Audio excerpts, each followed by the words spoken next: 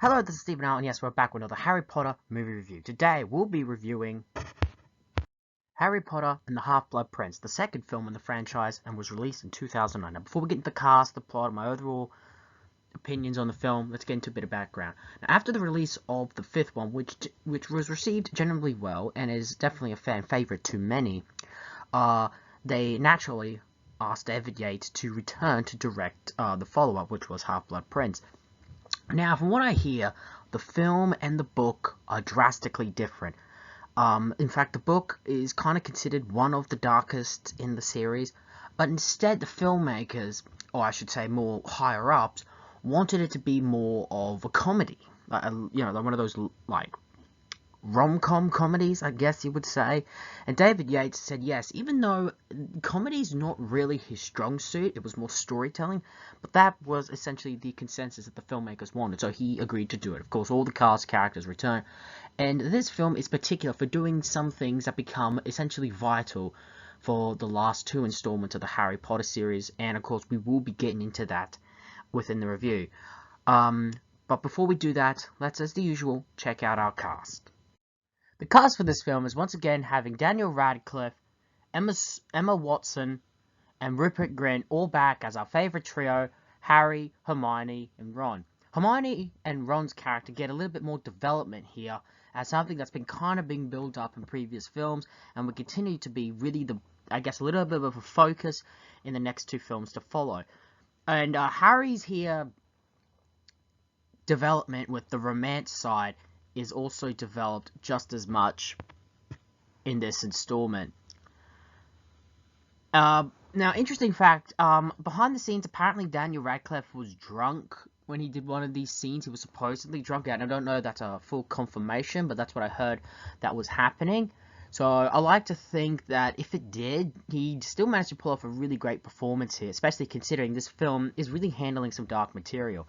Interesting for this particular installment, again, Alan Rickman's back as Professor Snape, and what I love about this time around, his character is given a lot more to do with than we've seen in previous installments, and again, will continue to have so when we go in the next installments as we follow.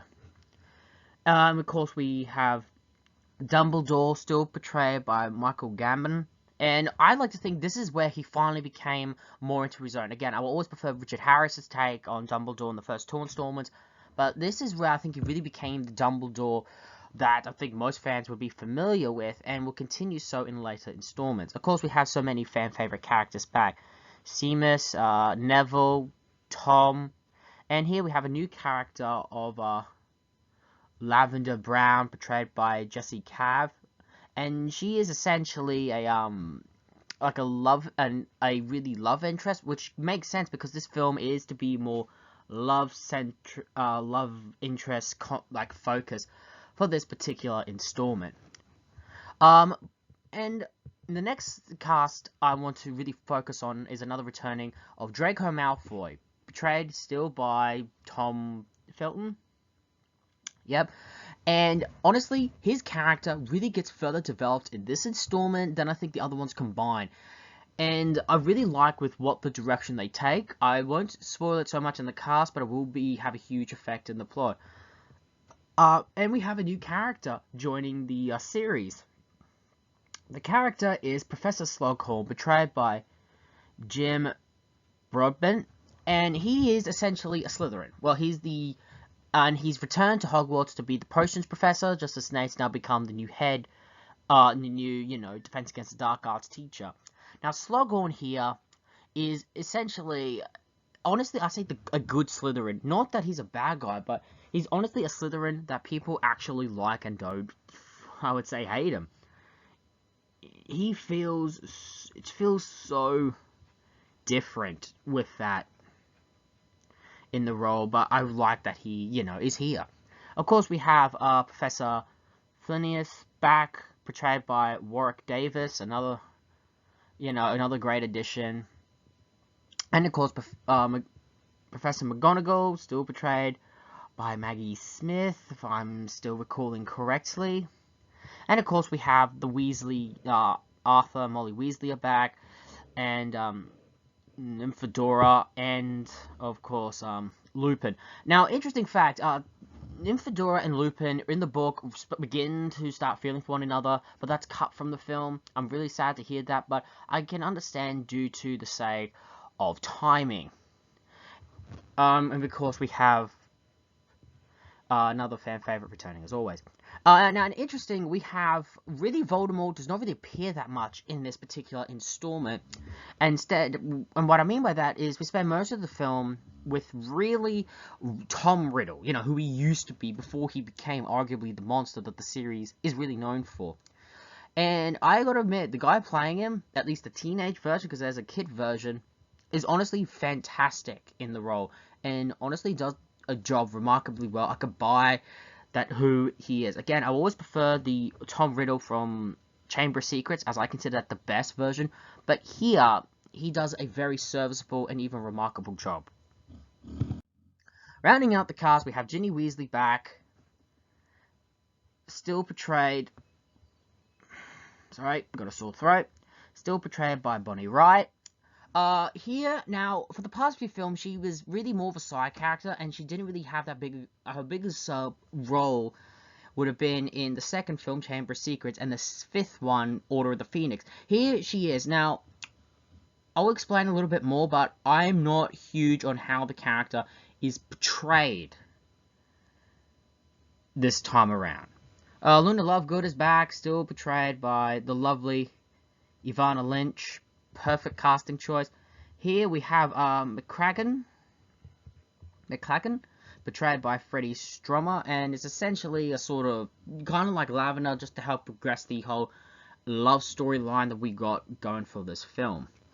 And here we have the introduction to Nyssa Malfoy, portrayed by Helena McCrory. Now, we've never really seen her up until this point, and we get a special little finding out that she's actually the sister of a Harry Potter villain, and that villain, of course, being Bellatrix Lestrange, still portrayed by Helena Bonham Carter. And it's really great. We also here have a new villain being introduced to us, and will become a little bit pivotal for the series as a whole. Frederick Greyback, and essentially is a werewolf, one of the bad guys, essentially a henchman.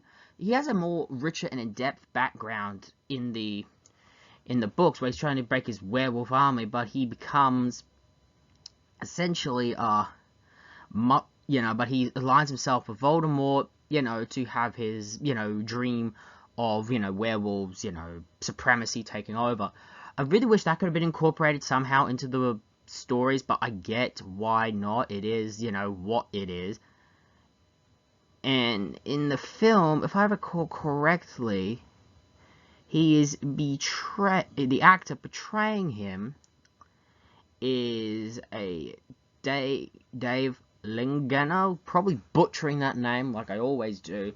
But it's great to, but I really find that character to be far more in-depth, better, interesting in the books than it is in the movies, as he's portrayed more like a Bond villain henchman.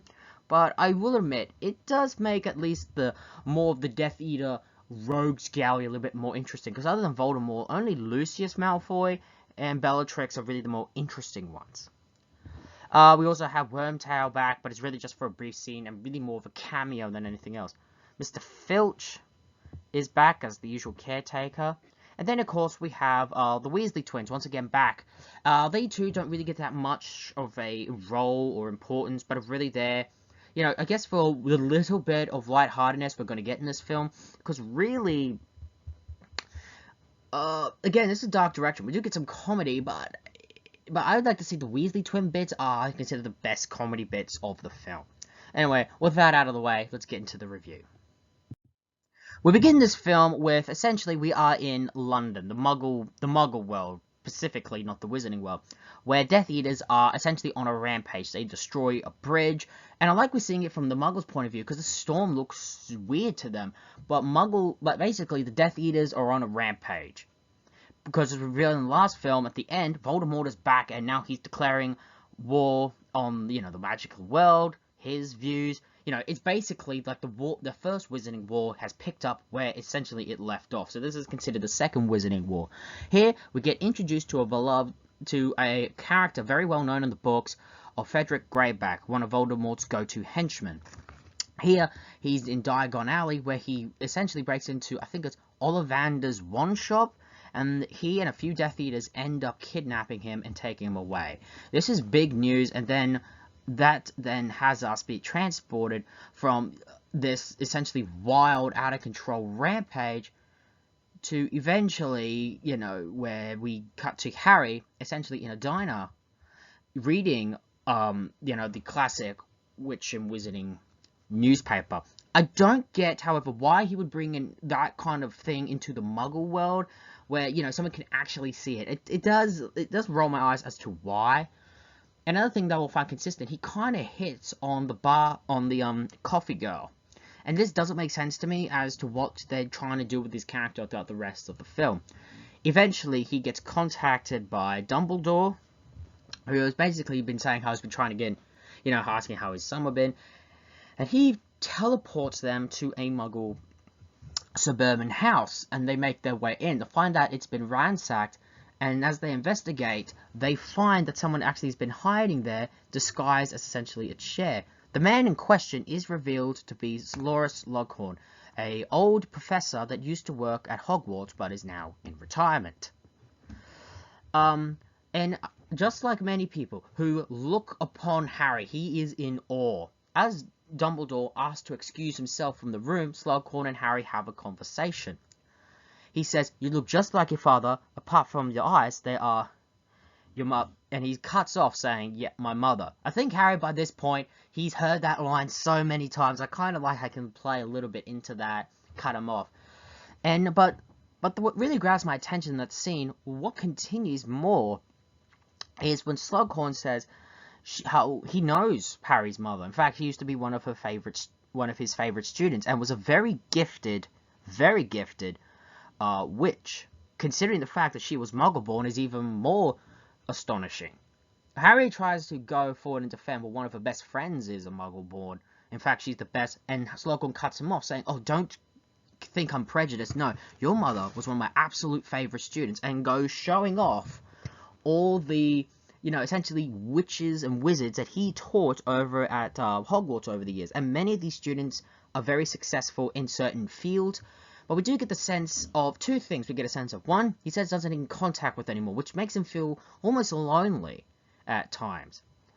And especially that, you know, some of them, like, he hasn't seen in decades, and I'm guessing more so with Harry's mother.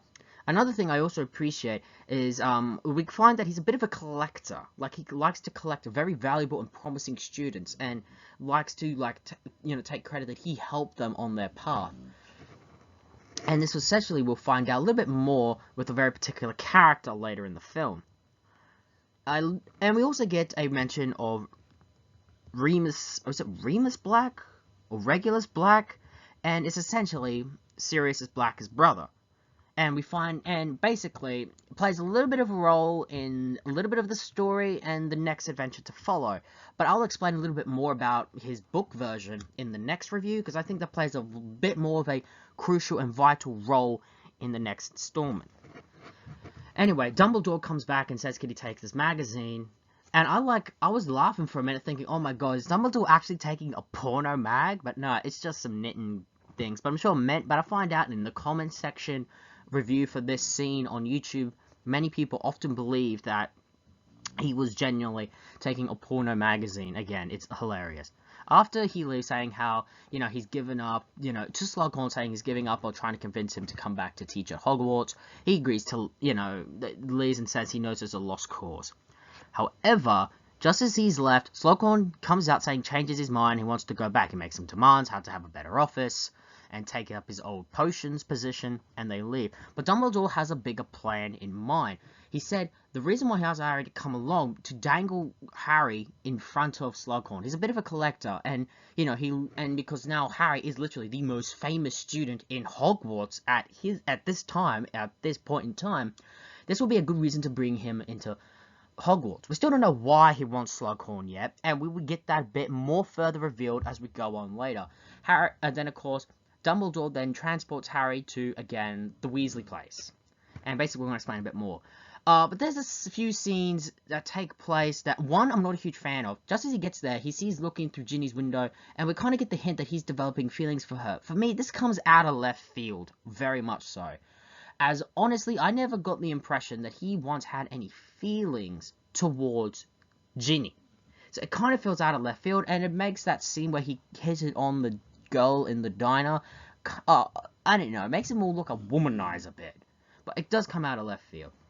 Anyway, just as soon as, essentially, Ginny comes downstairs, she finds all of Harry's stuff in the building, and basically goes to ask her mum, Ron, and to surprise Hermione also here, going around asking, you know, have they seen Harry, as Harry's stuff's here. Basically, Harry then introduces himself, you know, to get their attention, and there's this awkward hug between him and Ginny. The friends are reunited, and Molly glad to see her. Again, throughout the series, it's clear that Harry has definitely developed a very strong bond with the Weasley clan, mostly due to the fact, I guess, he views them as family, especially Molly and Arthur Weasley, viewed them as the closest thing he would have to parents that he could ever before, you know, more so family than his own very very brutal and almost abusive family. So I love that, you know, they still carry on that continuity, and it's many reasons why we, the viewers, love the Weasley clan overall. But we do get a little bit of dialogue exposition to really understand the state of the wizarding world by this point. As, you know, like, Hermione's parents are now worried about what's going on, and not even they want, you know, Hermione to go back to Hogwarts, and same with Mrs. Weasley specifically doesn't want Ron to go back. They're worried now. The basically conversation is Dumbledore's getting old now. Granted, they have huge respect for him. All the Weasley clan does, except for Percy, but that's more something to do with the book than the movies. But basically, the premise is, like, the world's getting darker by this point. And I love how that is definitely talked about by a lot of characters. The world is darker now. It's not as, you know, it's basically the kid-friendly nature is finally gone. So I like how they are addressing this.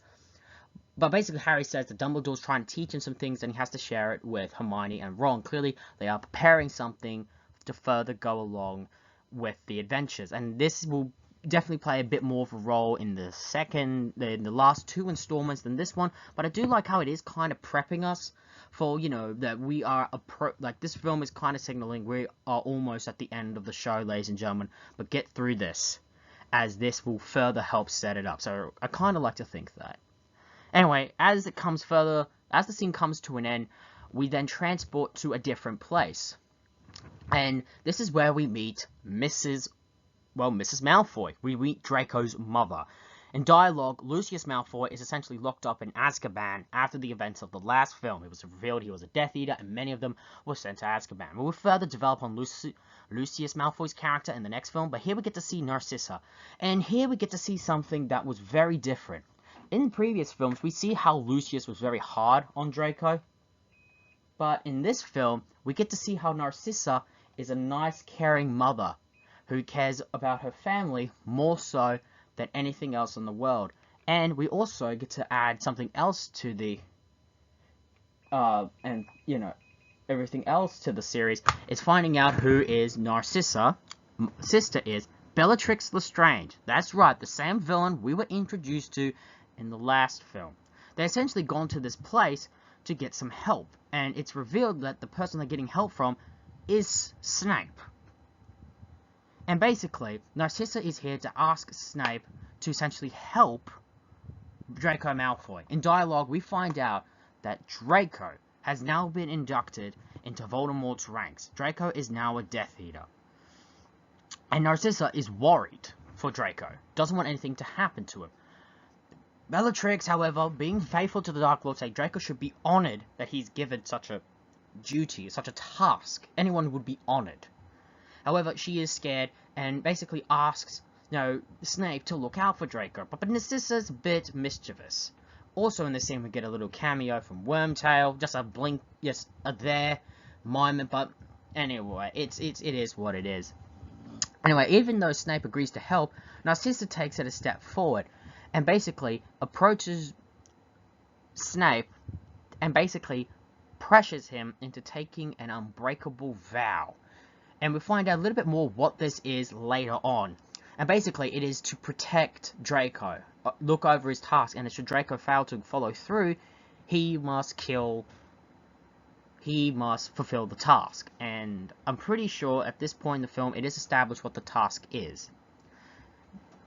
And it is to kill Dumbledore, essentially.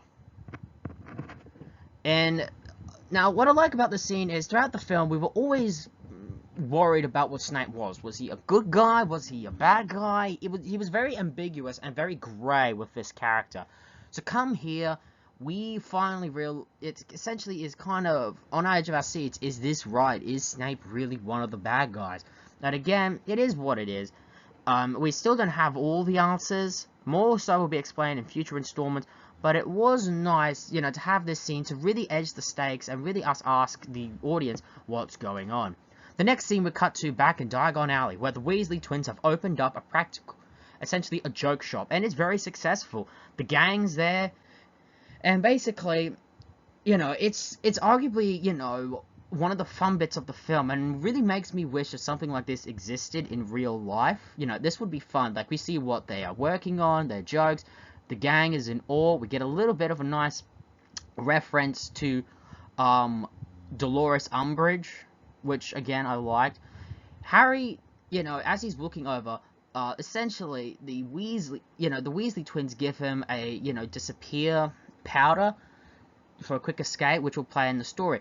And I'm pretty sure they gave it to him for free. Now, the reason it's explained is actually in the book. You see, after the fourth film, when Harry won the Triwizard Tournament, essentially won all this money, but he had no reason to use it. Harry is already rich, so instead he gave the prize money to, well, the Weasley twins, and they used it to open up the practical joke shop.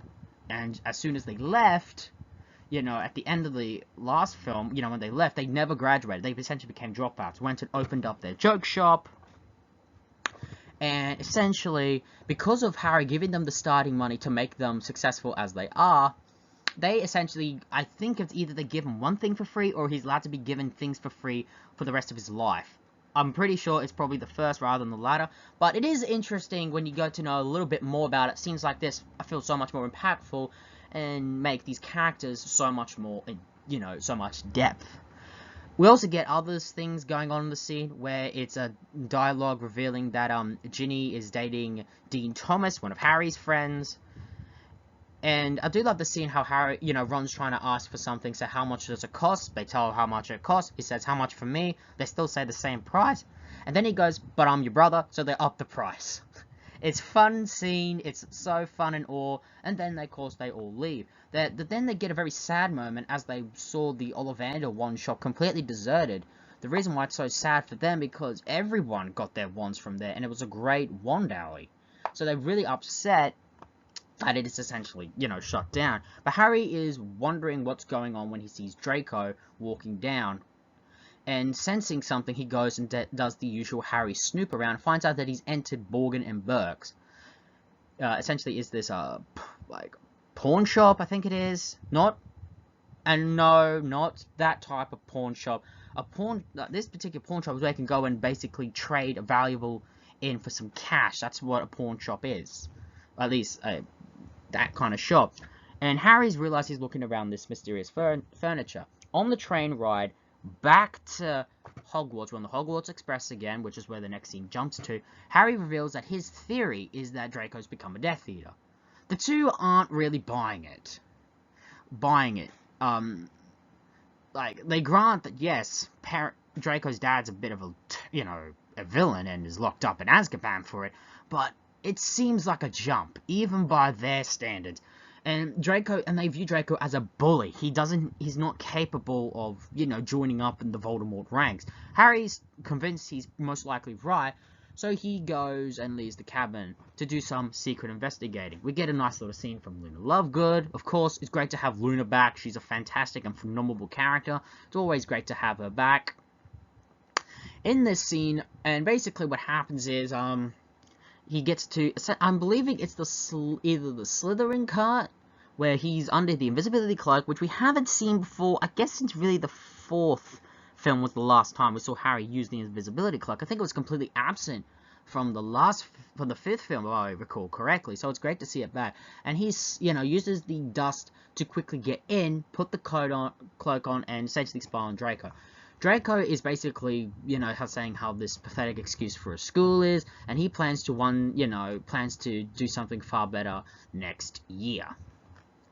However, and just as they get there to Hogwarts, he noticed something up. Draco is sensing something's wrong. Just as all the kids have left the train, Draco gets his wand out and basically casts a spell which immobilizes good old Harry, and basically can't move. What does Draco do? He beats Harry, who can't fight back because he's immobilized, and saying how that's for his father, and enjoyed the trip back to London. It's honestly one of the few times where we see Draco actually be very vicious and brutal, but I do like it because it helps progress what his character arc is going to go through in the story. He then leaves the train. Just as he leaves, Harry is saved by, of course, Luna Lovegood, wearing these glasses who could see basically through Harry's invisibility cloak, and we'll find a bit more about the invisibility cloak later on in the next two installments, a little bit more.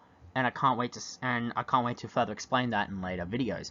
Just as they get off, they find out how, the Hogwarts grounds are changing. There's more guards, people have to be checked in as they leave, they have to sign, have to tell who their names are, it has to be on a list, and their luggage gets checked, including, especially, Draco Malfoy's, but Snape manages to give him a pass, and they essentially make their way to the usual Hogwarts grounds. And of course, Luna does help Harry with his broken nose with a trick. Honestly, she is just one of the greatest additions to the series, and I can't imagine how anyone could hate Luna, and especially the actress playing her.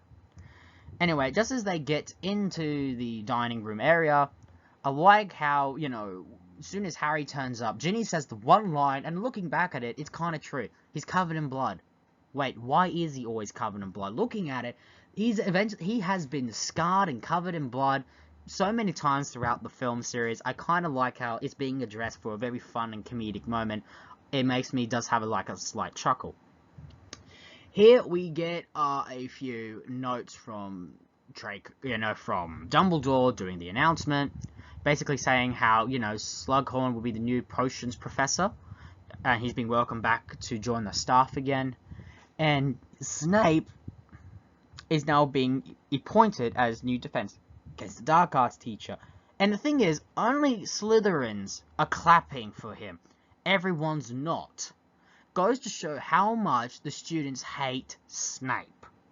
We kind of got that, Snape was clearly not the best teacher, and mostly taught his students well, and really, was very not that accommodating to the others. So I do kind of like that. But then Dumbledore says how everyone was searched here tonight, and they have every right to know why. He then basically goes and explains the why is because of a student here who used to go here, but now he's known by the world as another name, Tom Riddle. So I do like how, this is where finally people realize, wait, Voldemort was never his real name. No, it was Tom Riddle. So I do like that. And it's this monologue that Dumbledore is giving, it really just emphasizes that the world is getting darker, and I like how this film is more than presenting that as we go forward. Anyway, then the scene ends there. The next scene that follows is basically Harry attending Slughorn's, potions class, where she drags Ron to courtesy of McGonagall, who's saying how, Dumbledore, suggests that Harry maybe should go. Clearly, if Harry says, if Dumbledore says this, I'll do it. So Harry, goes along with them. And here, we get introduced to Slughorn introduces, and he's honestly a lovely professor. Not, because if you think about it, when you hear Slytherin, the first thing would come to mind as a Slytherin teacher would be someone like Snape. So it was nice and refreshing to see a teacher that doesn't act like Snape at all. In fact, acts very different. And basically how they and basically, introduces them. Even though Ron says he's not a very good student, Slughorn still brings him in, clearly hinting that, just because he's not good doesn't mean I can't help you in some way. I'm not sure if that's how he is entirely in the books. I don't think so. He would never be that maybe in the book. I'm not entirely sure. But I do like to come to get the impression that, even though if some of his students aren't good, he will try and at least, help them a bit. So I kind of like to get the impression that's what's going on. Anyway, Slughorn then, then notices, basically the two says, we don't have any books, and says we can get the two, books we got left. As they go to the cabinet, they notice that one book is in perfect condition, while the other one is worn and teared. I like that the two fight over for the good book, but Ron gets it, leaving Harry to get the very dull one. Basically, what's happening is they're about to be taught this special potion. I believe it's some kind of death potion, I think it is. And basically he's about to have a little competition with everyone. Whoever can produce a very good version of the potion will get what's called liquid lux. It's like it's basically the equivalent of giving it to someone they are essentially high, but really it gives the person good luck. Good luck, and makes everything good go for them.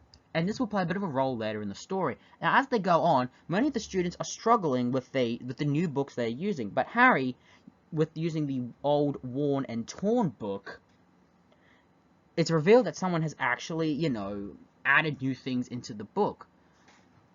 And basically makes the spell be far more improved, leaving Harry to win the competition and win the liquid lux. We find out that the book is actually owned by, a person going by the name of the Half-Blood Prince, hence the name of this film. And the bit of the mystery that the film goes for, for this film, the mystery it goes for, is who is the Half-Blood Prince. It is a mystery to everyone. And even everyone from Hermione, Ron, and even Ginny, who gets in a little bit, and, does do something I think the book Ginny would do. We're jumping ahead to the scene, but it's important how they don't know who the Half-Blood Prince is. They don't know who to trust him, and there's clearly these spells and that he's personally has come up with. One will have a specific role later on in the story. Anyway, next up is basically Dumbledore going through his memories. That thing we saw in the 4th film, where basically Dumbledore uses it because he got old in years to help remember memories from a different perspective. Here, we get to see one of the many memories that are used here, and that is of a young, Tom Riddle, what he was like. One is we find out how basically Dumbledore went to the orphanage to essentially check up on Tom Riddle, as it's revealed Tom is an orphan. Even though we find out in the 2nd film that his name, Tom Riddle, is derived from his father, who was a muggle, we can imply that his mother was definitely a witch. And as Tom is talking with Dumbledore, Dumbledore knows this boy possesses some ability, something that not even he can fully explain. And essentially, however, and because of this, everything's here, from everything from the rock, from his room, how it looks, how, looks, to finding out that, he can speak Parseltongue, which again is a clear callback to the 2nd film, as Voldemort is a descendant from Slytherin. A long, descendant from Slytherin. And essentially, Dumbledore and Harry asked Dumbledore, did you ever regret, that day of essentially bringing Tom, to the Wizarding World? And did you know then that this man would become one of the most feared wizards and all that? And we don't really quite get an answer here. We really don't. And I kind of like, maybe, explains where things would have or wouldn't have gone. The next thing to follow is the Quidditch. Yes, Quidditch is back. It was absent from the last film, but this one's different. It's revealed that Harry is really the coach of the Gryffindor team now. He's not coach, the captain of the Quidditch team. And Ginny's kind of acts as number 2. It's revealed that, she now plays, I think in the book at some point she joined and became a member of the Quidditch team. And now Harry is, now the head, clearly in charge. Ron is trying to audition to be a member of the Quidditch team. And you know, and basically it's tryouts for people who didn't make the team can make the team. Apparently in the book, in Ron's 5th year, he did make the team, and now he has to retry. And he's up against McLaggen for position of goalkeeper. McLaggen here is a Gryffindor, obviously, because you can only be a Gryffindor to be on the Gryffindor team. And essentially he too is trying out for goalkeeper.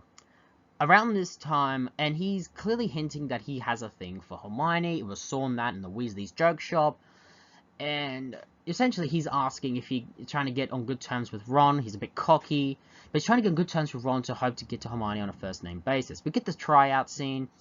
And one thing I like about this whole scene is how Ginny is. Now, even though I feel that she is for most of the film, there are moments where I genuinely see, I guess, maybe the book version of Ginny. Again, I've never read the books, but I like to think this, and from the comments I've seen for this particular video on YouTube, people say for once Ginny's acting like a book counterpart, and I like to think this is one of the many reasons to think that. Anyway, during the tryout, Hermione does give Ron a little help by using a spell to make McLaggen look bad missing a goal, and apparently Ron then gets the goal. Gets the position of goalkeeper. We also see Lavender Brown also in the scene as well, clearly cheering for Ron, hinting that Lavender Brown definitely has a thing for Ron. This is the scene that I talked about before, as Ron's basically, but how he's, got it. He's saying how McLaggen, is liking Ron. We get the scene of Harry really reading more of the Half-Blood Prince book. And again, and I love that Ron says, oh, because of that book, Harry's outdoing you in biology, potions class. And that clearly gets under Hermione's skin, and she wants to see the book, who it's by, who is it read, or everything. And as Harry's trying to hide it, Ginny walks up behind him and snags the book out from under him, and it's revealed to be, Half-Blood Prince, and they do not know who the Half-Blood Prince is. It's a mystery to them. But we get this nice little, and this is the mystery, again. We get to see how they go into Hogsmeade, the town near Hogwarts, and on their way there, Hermione says how she's been through the library, and she's been saying, she looked up every reference of the Half-Blood Prince, does not know. It is a mystery to her. As they're making their way further into Hogsmeade, they go to the Three Broomstick, which essentially is, I guess, a pub or a drinking place. And essentially, the three there are essentially there, to have a few drinks, or what they call butterbeer. I'm pretty sure it's a non-alcoholic beverage. I'm not entirely sure if it is entirely. But the scene would follow with essentially Ron noticing, Ginny in the booth kissing Dean. And it clearly upsets him. And trust me, I've been there seeing your, sibling, specifically your sister, younger sister than you, kissing someone in front of you. It is a little bit, a little bit embarrassing, a little bit awkward, especially when your sister is dating someone and you've never once dated a person. That does get a little bit, it does get a little bit, embarrassing, and does get a little bit mad. And I could see it, and I sympathize with Ron because I've kind of been in this position. He's asked to leave, but Hermione basically says, why? Why? What? If she saw you kissing me, would she leave? And this has Ron back a bit. My guess is because he really does like Hermione, but he's afraid to show it. And I think this is one of the very clear examples Hermione likes Ron. It's been evidenced in previous films that the two do have a thing for each other. They're just, not that comfortable to come out and say it. And I like how Harry here is acting like the third wheel. You also see how Harry's a little bit uneasy with, Ginny kissing someone else, and you can clearly tell that, Harry's developing a thing for Ginny too. It's definitely a scene that has mixed, again, moments for me, very real moments for me, on many, many occasions, but, it is what it is, and I can enjoy it for being what it is. Anyway, Slughorn then comes up, and, asks, essentially Harry and Hermione to be members of essentially the Slug Club. It's like for the best students to come, and they say yes. We then continue with essentially the trio, leaving the Three Broomsticks, and essentially, are just walking you know, back to Hogwarts. The scene where they're walking back, like, in the snow, I'm not sure if Hermione's, like, pretending to be drunk or whatever, hungover, but it's a funny scene. But the funniness is quickly interrupted where the students in front of them, one ends up getting hexed, and it's almost like borderline on something that reminds me of either, you know, The Exorcist or the Blair Witch Project or the supernatural like type stuff. It's really scary, and it's really, I say, one of really the darkest moments in the series. But this scene does play a bit of a pivotal role later on in the film. Anyway, just as, you know, she's stopped being hexed and is back on the ground, Hagrid comes, who's just behind them, and tells the kids to stand back. He then goes and picks her up, and, you know, and just, you know, tells them, you know, that he'll make sure that she gets the medical attention. They notice this weird necklace, and so they, you know, and again, you know, Hagrid is essentially telling them just to, you know, don't follow back, you know, back off that, and they'll have it be sorted out. We then go back to Hogwarts, where Professor McGonagall is searching the damn thing, and she's asking the other student that was there, you know, if she can, you know, reveal anything more that happened, but she can't. She says she herself doesn't really, you know much, and is just as confused as anyone. The scene then, and then just as she leaves, McGonagall then turns to the trio and says, "How come when something bad happens, it always has to somehow involve you three?" And my favourite line is when Ron says, "Well, to be honest, miss, I've been asking that question for the last 6 years," which is funny. Professor Snape comes in and inspects the necklace that was found when the student was hexed, and it was definitely, you know, under some kind of hexing thing. It is then, you know, and again, Harry, and it was just lucky that the student is alive. And as Snape says, Harry immediately jumps the gun and thinks, you know, it was definitely Draco Malfoy. This is because he thinks that Draco Malfoy is a Death Eater. Again, it's just his word. He has really no proof. He's just jumping the gun. Even McGonagall says that's a serious accusation. Do you have any proof? And even he says no. It's just his suspicion. You know, he can't really prove it. So it's interesting how, you know, he thinks he knows, but really he's just backed into really a corner here. We then continue the scene in the film. Well, we then continue the film by going to, you know, Slughorn's like nice little dinner party with so many students. You have Ginny here, you have McLaggen, Neville's here. And, of course, there is other students, more nameless ones, really. And, of course, Hermione and Harry. Hermione drops the line of basically saying how Ginny and Dean are, you know, kind of having relationship problems. And the scene is just, honestly, it's kind of filler. There's no real point. However, I do find the scene a little bit because Hermione is trying to explain what a dentist is. And because they're witches and wizards, they, you know, don't really know that much about the Muggle world.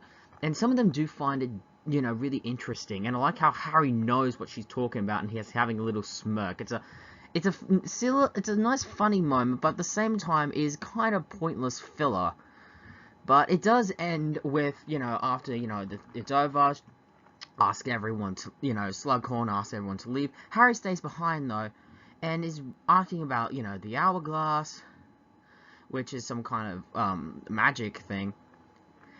And just as he is about to leave, he notices a wall with all the students, you know, previous members of the Slug Club, including, you know, other students, clearly his mother also there. But then, Harry then asks, was Tom, you know, Voldemort or Tom Riddle ever part of it? And Slughorn pauses, he's froze for the moment, and says, you know, did you know him well? But when he sees that, you know, he's not gonna answer, he's a bit nervous, Harry says, I'm sorry, and I like how Slughorn says, it's only natural for you to want to know this more about him.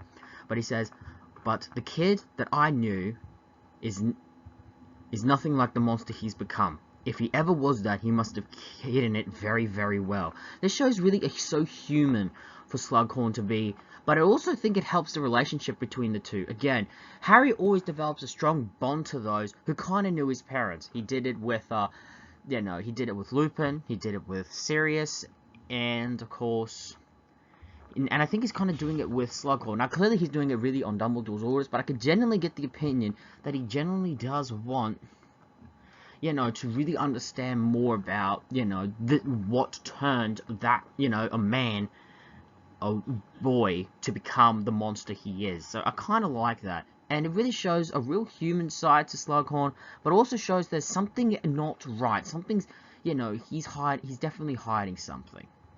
Anyway, the next scene we then go to is in, you know, the usual Great Hall. It's breakfast time, and Ron is prepared, you know, to be part of the Quidditch game. He's very nervous, he's goalkeeper, and, you know, he really is just, like, super duper nervous, and understandably so.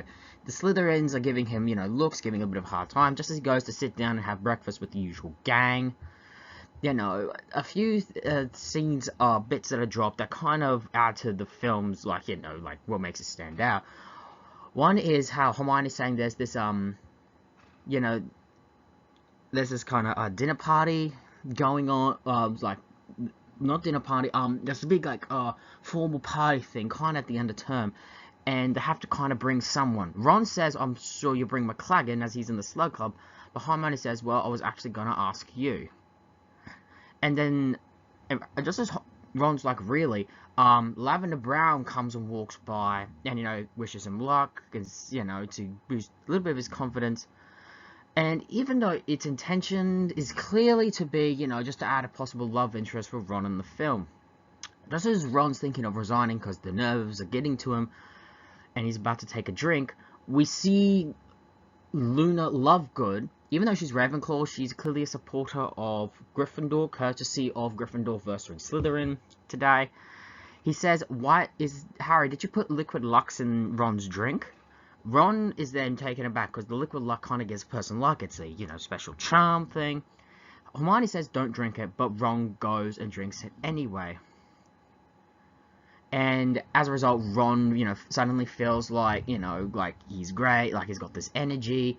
And, you know, they go to play Quidditch. And I'll be honest, out of all the Quidditch games or scenes we've seen in the series, might be my least favorite. Mostly because, I don't know, it's missing something, really. I do like the change of scenery, it's in the snow, but it's not really, honestly, like that investing like past ones have.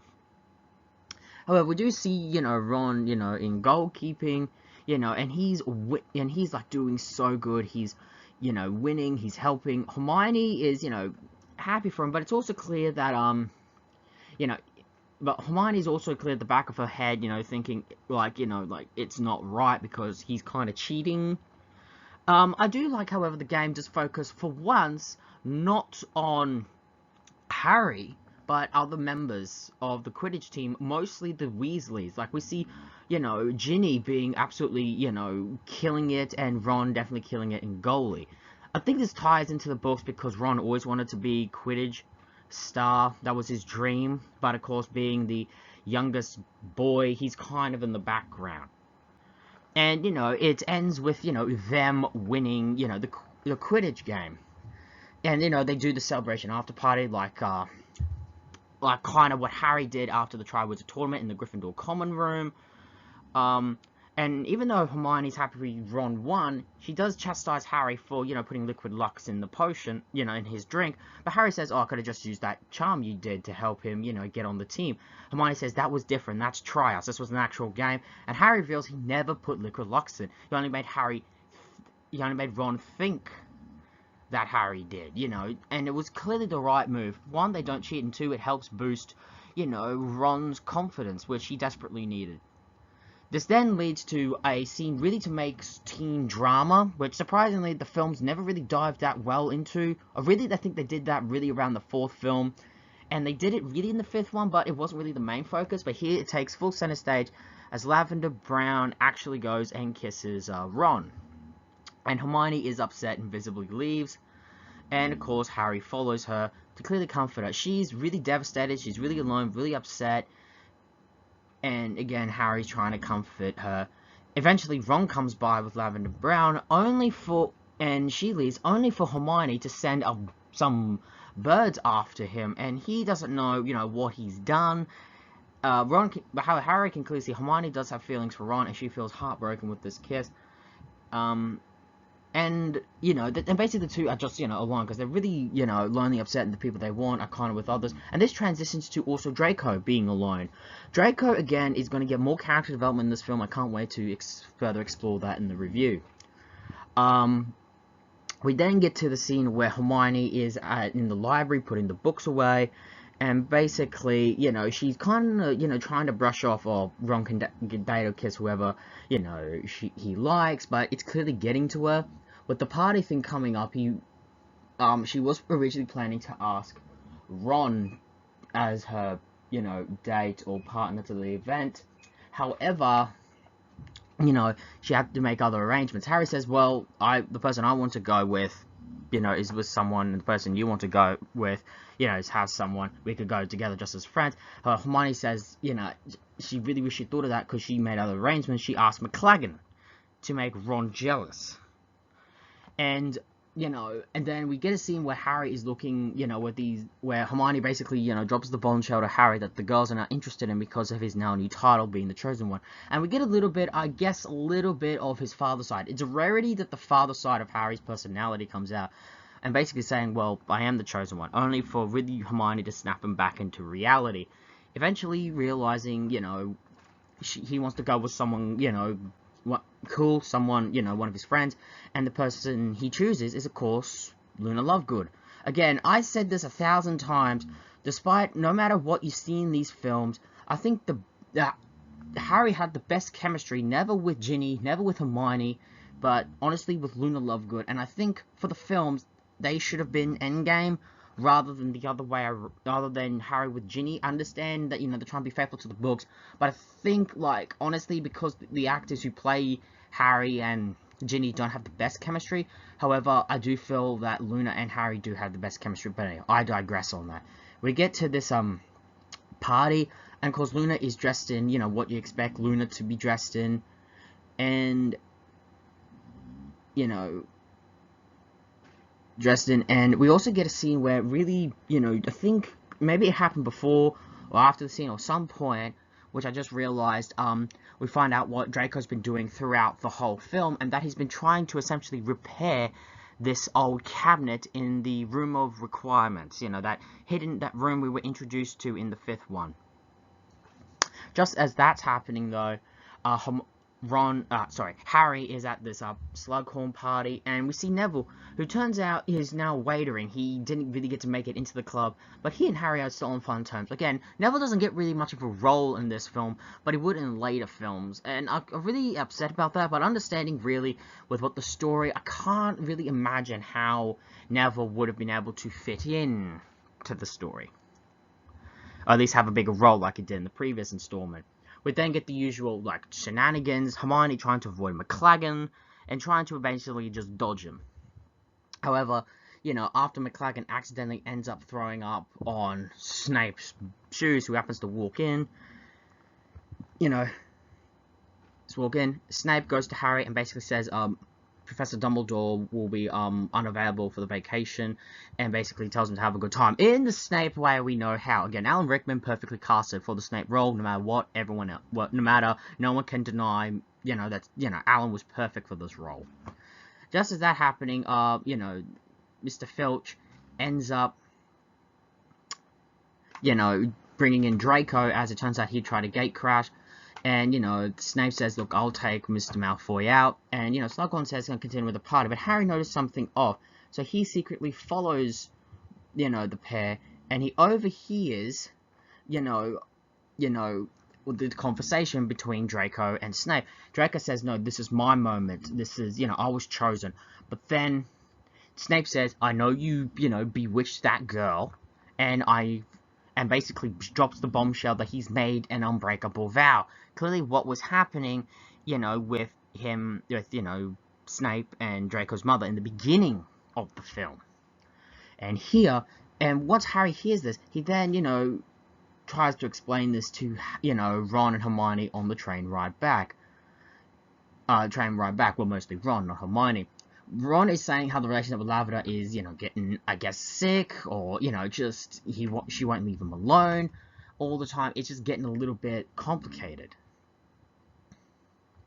And, but basically, and Hermione, gets sick of it and walks out before she even got in. And basically, Ron has to explain what an unbreakable vow is. It's like, you can't break an unbreakable vow. Harry says, well, duh. But he doesn't know what an unbreakable vow is. Basically, it's the spell that you make. And if you break your side of the vow, you die. It's literally a literal death sentence. And this, of course, has Harry, worried with what's going on. We then, I guess, at Christmas time at the Weasley house, or the Burrow, I should say.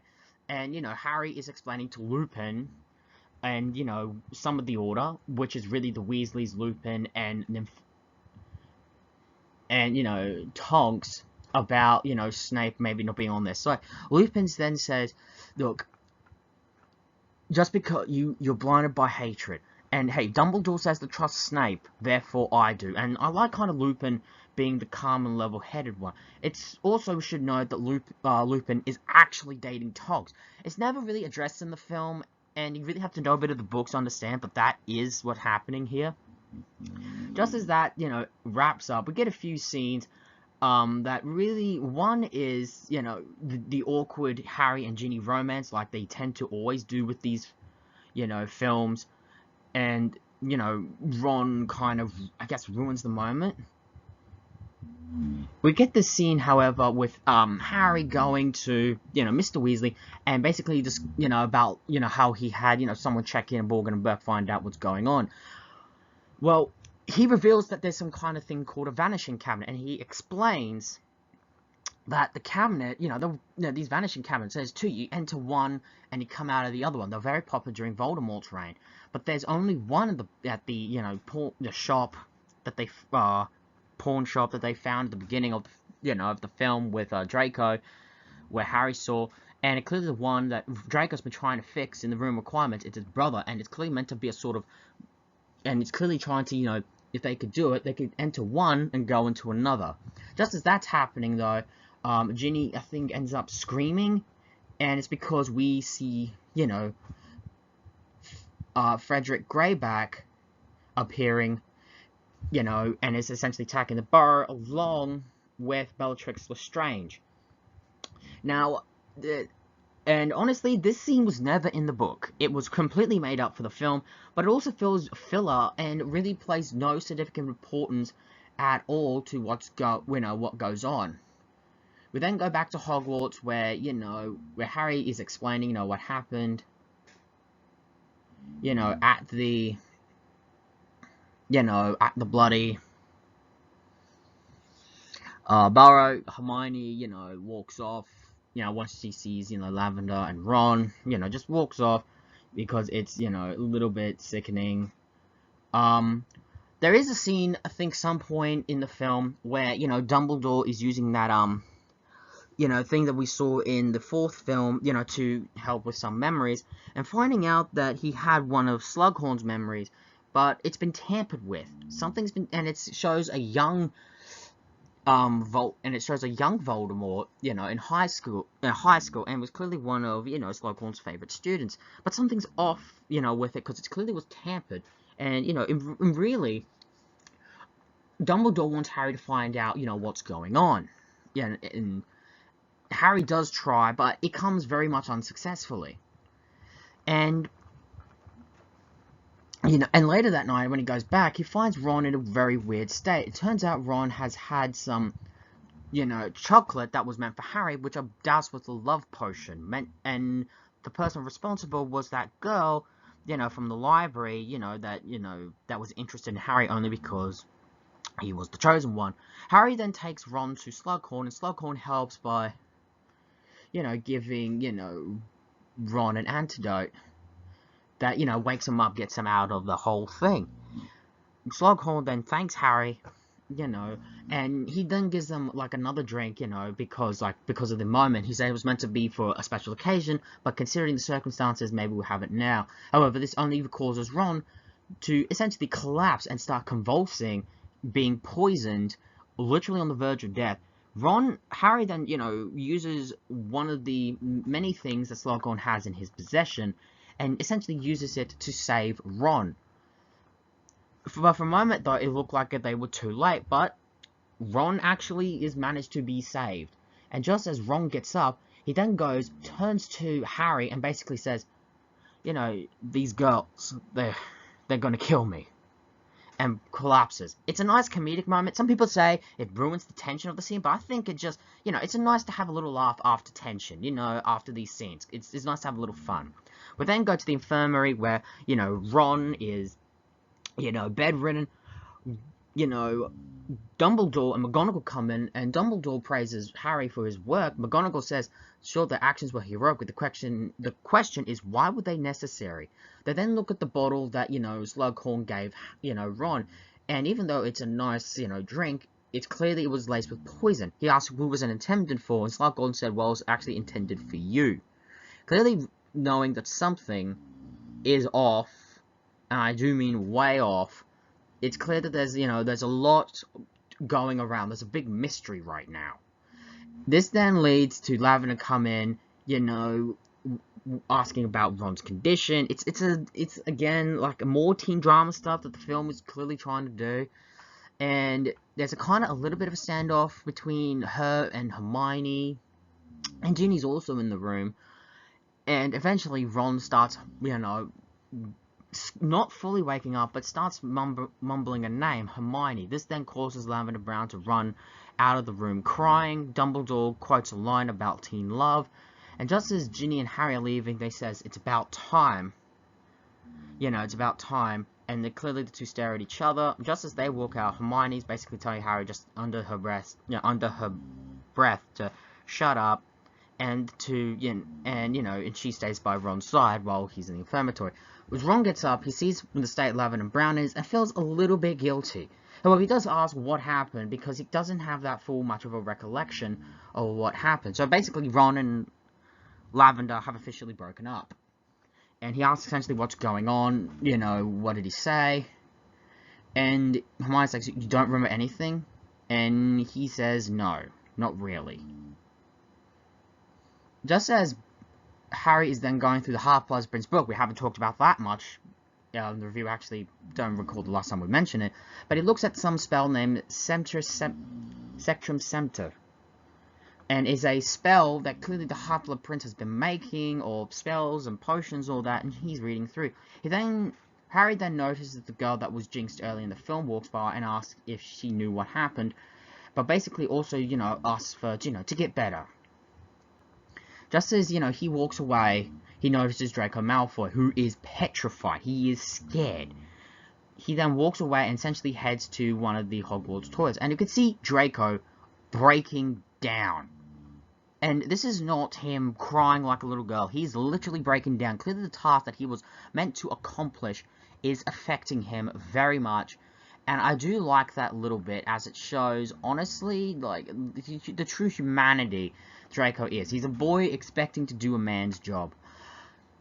Just as Harry comes in and basically, accuses, Draco of basically all the bad things, hexing her, even the poison he pretty sure Draco had a hand in, the two then get into a wand fight. It's really intense. I do like how there is no music, and honestly, this was kind of a long time coming between these two. These two finally were going to have a showdown. After past films, the constant antagonizing event, it leads up to this. This was something that was kind of in the cards for a long time.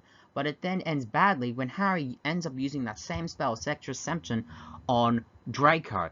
And it's just horrible because his blood's everywhere. He's almost on the verge of death. Snape comes in and basically tells Harry to go, and Snape ends up healing Draco. Harry, feels guilty with the, spell that he used and realizes just how dangerous that book is. And he goes to the room requirements where Ginny follows and essentially, comforts him throughout the whole thing. I think they do have a kiss moment, almost have a moment. And essentially is their first kiss. And this gives kind of Harry an idea where he ends up using the liquid Lux on himself in order to get the information out of Slughorn. And basically it's the it's kind of Harry being pretty much bloody high. I think this is also around the scene where the actual actor playing Harry, Daniel Radcliffe, I think was actually drunk. I'm not entirely sure that's true. Again, it's only hearsay from what I've been able to hear, but it is what it is. Anyway, just as Harry's with Slughorn, they go around the grounds where they then run into Hagrid, who is having a funeral for Aragog, the Acromantula, from the second film, has passed away, and Hagrid is having a little funeral. This is a nice little... I love this moment, because I'm like, wait, was this the same spider from the second? And yeah, Slughorn, can't believe it's an Acromantula, because they're very rare, especially their venom, and he asks politely, from Hagrid, if he could, get some of the venom, only for, academic purposes, because they are very rare. Hagrid, says sure, he doesn't mind, and basically, we get, like, little fun moments with Harry, kind of a little bit mocking of the Acromantula, probably because he had a very, bad experience with one, that was kind of the purpose, and Slughorn, being very nice and kind, just as he's seeing Hagrid kind of breaking down, he actually gives a eulogy, for Aragog, and it's a nice little fun moment showing, I guess really just a nice fun moment, and again, this does further progress the story, as again, Harry is on Liquid Lux. Eventually, Slughorn does begin to break down, and, reveals a little bit, more about Tom's background, and even gives him, like, the actual tampered memory, and says, don't think badly of me. And Harry's basically asking, being brave for my mother. I think out of all the students Slughorn has taught over the years, there were two that he, two of his favorite students, Tom, and definitely, Lily, Harry's mother, being his especially the latter being probably the more favorable one, and always felt, bad, what happened to her. And I guess this was his way of, trying to come clean and honoring her, especially to, her son. So I really like that moment. After they get the memory, he then goes to Dumbledore, and then, they then look at the untampered memory. And we find out what the tampered memory was. Essentially, it was Tom trying to get some information out of Slughorn on what a Horcrux is. A Horcrux is very dark magic. It's the ability, it's basically when you kill someone as a sacrifice, you then put part of your soul into an object or a person. This way, should you get harmed, you essentially are immortal. It prevents you from dying. And essentially in the book, this was Voldemort's greatest fear. Fear of dying. He could never accept that. He then asked the question, could you split it into more? Perhaps 7, more, like 7. And Slughorn's like, Merlin's beard, it's just, isn't it horrible just to think of killing one person? Showing that, Slughorn's not your average Slytherin. He does have some humanity. He does have a conscience. He does say how this is all hypothetical, of course, and Tom says, of course, it's our little secret. However, I do think Slughorn realized that he really did meant it, and as a result, kind of tried to hide that guilt up, being guilty with it all these years. When they find out what this Horcrux is, they realize, is it true, that he actually did? And Dumbledore's eyes said, I think so. He then reveals 2. One is a ring, which is the Gauntlet family ring, who, of course, are descendants of the Salazar Slytherin, who's, of course, as we know in the second film, Voldemort happens to be related to. We also find the diary, the same one used in the second film, and that too was also a Horcrux. Realizing they have destroyed 2 over the years, and they use Harry's connection to these Horcruxes to find a possible place where where the next one is. They then end up disapparating to a cave. Now, there's a deleted scene that, where Dumbledore would have explained that years ago, when Tom was just a little boy, he did take 2 Muggle kids here. Only when they came out, the kids were never the same again. I really wish this deleted scene was kept in the film, but it is what it is. And we do like, and this is where we see, honestly, the 2 really develop a strong bond. And basically, they go through this trap to recover the Horcrux that is hidden within the cave. And basically, it's at the bottom of this, like, water, and Dumbledore has to kind of drink it. And he tells Harry to, no matter what, make sure he keeps drinking it. But just as Dumbledore is doing it, we see Dumbledore breaking down. The magic in the drink is causing him to break down. But, you know, he does manage to get through it, and most importantly, he does get, you know, they do get the Horcrux, but they notice these creatures coming out of the water. They're these, reanimated, I'm not entirely sure what they're called, but they're kind of like, but they're definitely corpses. And they're very, you know, brutal. And they drag Harry to the bottom. However, Dumbledore comes and saves him, and the two come out. And the two develop a really strong bond here, and I guess, like, more of a strong bond, and really just show how the two really come to, you know, view and respect each other. There's a deleted scene here that is, you know, I wish was kept in the film, and it's a kind that's more operatic, and it's just nice and powerful. I really wish was kept in. You could see it on YouTube nearly all the time, and it's this, and basically it's this choir, and it's nice. I really wish was kept in. As, honestly, I think it would have added to the film, but I'm really upset that it didn't. Anyway, the two end up going back, you know, to the astronomy tower, back at Hogwarts, after they get what they, you know, Horcrux, but Dumbledore tells Harry to hide as he hears someone coming. The person we then see come into the astronomy tower is Draco Malfoy, fully recovered, and he asks Dumbledore who is he talking to. Dumbledore basically said it was no one. And just as, you know, Dumbledore puts out his hand, Draco then uses his wand, Expelliarmus, to knock the wand out of his hand. This will have pivotal implications for later films, and basically the two are having a standoff. Draco reveals, you know, what he's been trying to do all year, to fix the cabinet in the Room of Requirements, because it has its cousin to a brother to Borgin and Burkes, where he plans to, you know, have Death Eaters led by Bellatrix Lestrange and Frederick Greyback and a whole slew of others to come, you know, to Hogwarts, and he's been tasked to kill Dumbledore. That is his task, to kill, you know, Dumbledore. And I like how Dumbledore is getting through to Draco, saying how he knew a boy who made all the wrong choices. And I like how Draco says, you know, is trying to, like, act all tough, but you can see him breaking down. Really, you know, after trying to be this macho, or what you expect, like, what he thinks expect a person of his status to be, we just see what he really is. A boy doing a man's job, and unable to do so. He is breaking down. And I love the line how Draco says, you don't understand. I have to do this. I have to kill you, or he's gonna kill me. And I just love the delivery, and the pain and the fear in Draco's eyes. Again, Tom Felton manages to put this all together and really makes you sympathize with Draco. In many ways, we finally see this character that we kind of love to hate. We feel genuine sympathy for him, because now, you know, he doesn't want to be a part of it. And this is a thing where people have definitely, you know, grew to sympathize with Draco. And just as Draco is lowering his wand, you know, going to surrender, he then hears someone coming, and it's Bellatrix and a whole slew of other Death Eaters. And Draco puts his wand back up. And basically, Bellatrix is telling him to kill Dumbledore. But Draco is hesitant. In many ways, he just can't. He may be... I think this is where we see Draco. He's many things. He's a bully, but he's no monster. Even when he essentially can't, he is struggling, Snape comes in. Now, just before that, Snape told Harry, you know, to be quiet, shush. And Snape comes up. He then goes and stands in front of Dumbledore, and Dumbledore says, Snape, please.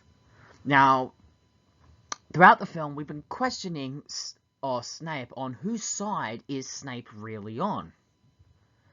And it's been, you know, and I love how we've been questioning that. For past films, we've seen asked, whose side is Snape on? Is he a good guy or a bad guy, you know? And we would say he's evil, but for some reason he's aligned with Dumbledore. And we find out that, you know, he used to be, again, we have the impression that he used to be faithful to the allegiance to the Dark Lord. Is he going to go back to his side? And we do get our answer. Snape raises his wand and shouts Avada Kedavra. Ends up killing Dumbledore. That's right, Dumbledore is killed. One of the most iconic moments in the series is done on screen, and Dumbledore falls to his death off the astronomy tower with Harry watching. Bellatrix then fires up the death mark, I guess you'd call it. And then we see Snape, Bellatrix, Draco, Greyback, and all slew of Death Eaters go throughout the grounds, causing chaos. Harry, angry, viewing Dumbledore as a father figure, seeing, his witness Dumbledore being killed in front of him. He then chases them, shouting at Snape, "Fight back, you coward, fight back." And just as, Harry tries to use the spells that he found in the Half-Blood Prince's diary on Snape, Snape manages to deflect it, and it ends up knocking out Harry. He then goes towards him and says, "Do you really think you could use your own spells against me?" Harry then looks with his eyes wide open, and then Snape says, "Yes, I am the Half-Blood Prince." Now, this is a shocking twist that honestly is not shocking, but it makes sense. And honestly, twists like that shouldn't be. It should be a shock to come. Then you look back at all the evidence. This was not a really good set payoff to have this twist. It just didn't feel right. It didn't feel organic. I don't know. I really felt that they really didn't do quite well with this particular twist.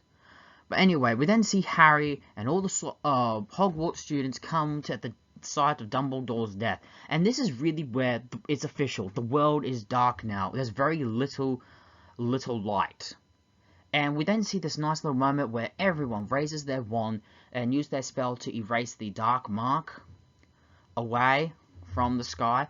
And I guess it's symbolizing, in times of darkness that we are in now, we're going to need the light more than ever. And it's a really sad scene, and I love how Ginny comes to comfort Harry. Again, I'm not a fan of the pairing, but I do see Ginny, even though not a good pairing, as in chemistry-wise with the actors, but I could definitely see, but this is like one of the moments where I see maybe why Harry fell for Ginny. When he was in his, lowest point, he had, Ginny to help him. We then end the film with really the trio up at the astronomy tower, and they find the Horcrux that they were supposed to use, the Horcrux that Dumbledore tried to get. But they open it and find out it's really a fake. And there's a letter written, by someone who uses the initials, really kind of RB. And Harry basically saying he's not coming back to Hogwarts next year. He is going to go and track down the remaining Horcruxes. And he plans to do it all by himself. However, Hermione and Ron basically saying, you're not going to do this alone. We're going to come with you. And I do kind of like the ending of knowing that really the kid moments are gone now. What was left, which was barely, are now long gone. And we are now going to experience far more darker things in future films. And that's really where we ended. It's not my favorite ending of the series, but I can't say it's the worst. But I do like the kind of what they were trying to go with, even though I didn't feel they executed it quite as well. Now, Harry Potter and the Half-Blood Prince. Well, this film has a reputation in the fandom, especially for those who mostly follow the films, as being one of the weaker films, and to some would say be the worst. I'll be honest. Every time when I come to the Harry Potter films, I definitely know there were two I'm not hugely fond of coming back each time, because I don't know, it just doesn't gel with me. I will be very blunt, but I do appreciate how this film, at least for cinematography-wise, does try to present it as going in a very dark direction. I appreciate the actor playing Dumbledore, finally, after so long, I think becoming the Dumbledore character after previous films of really trying to settle in or having inconsistencies. This is where he fully becomes it. And honestly, I do appreciate how the world is now getting very, very dark. The world is changing. The Harry Potter world is changing, and not for the better. But despite that, and learning a bit more about Voldemort, it still left me want to know more about him, about Voldemort, how he became this. Some new additions were great. Slughorn is really against expectations, and this film does give us some very shocking moments, some shocking deaths, a shocking death that affected the series as a whole. I also like how this also does tend to focus on Snape and Draco, especially Draco. In past films, Draco was nothing more than a schoolyard bully, but here, where he, at the beginning of the film, he's this macho, has this task that he's knows he's going to succeed, but then he begins to break down, and we see the more vulnerable side of him. I do love how this film also progressed the, how Hermione and Ron hopefully becoming a thing. It's especially more prevalent here. But one thing I was not a fan of with this film is the teen romance. I don't know, it always feels flat half the time. Especially with Harry trying to, get together with Ginny, which I guess they kind of do, but kind of don't in this film. But it's just, again, I just don't feel that the two characters or have the best chemistry, at least with the adaptations they are in the film. Maybe they are better in the books, but in the film, not so much. Again, I feel Harry has far better chemistry with Luna Lovegood than with Ginny. Also, another thing, I feel like it's just too comedy. And granted, the series has always given us comedy, but I thought considering, with the world getting darker, is becoming a lot less bright, you would think that really this film should focus in a more darker direction. I feel that was, now I understand they wanted comedy, and definitely romance, but I feel that it was just not a step in the right direction. Overall, I can't really say I hate this film. There are moments I like. The beginning was excellent. I love how, we have more time to spend with characters. And speaking of Snape, it was a shock for him to become the bad guy. Again, we kind of had hints that maybe he is a bad guy who's out to get it. But even then, part of us was still, even when we feel that, Snape is the bad guy, part of us was still hoping he will not turn to evil. Only for him to turn to evil and betray Dumbledore. It was truly a great, it was just something was very ballsy to do, but it also just felt so shocking, and the death of Dumbledore really affected the series and a lot of Hogwarts as a whole, and especially this affected Harry's character the most as we go. Overall, I don't know where I would place this. I definitely know it would definitely be at the bottom, but whether it's at the very bottom or the second worst, I still don't know, honestly. I still don't know. But I definitely know it is definitely there. So there we have it. That was Harry Potter and the Half-Blood Prince. You heard my thoughts on the film. I have mixed feelings about it, but it's not all bad. But it definitely does have a bit of a mixed reaction for me. As always, all Harry Potter films do turn out to be very huge successes at the box office. But I think this might be the least critically liked films of the series. And with this series, but however, they did make enough money to do the next film in the series, and that of course is Deathly Hallows, Harry Potter and the Deathly Hallows Part 1. We're finally getting into the two final films of the series, so tune in as we review those two. I plan to do them kind of back to back, because it is a two-part, and I feel we get a better sense of the story if we do that. But anyway, until next time, this has been the Stephen Hour. Ladies and gentlemen, so long for now.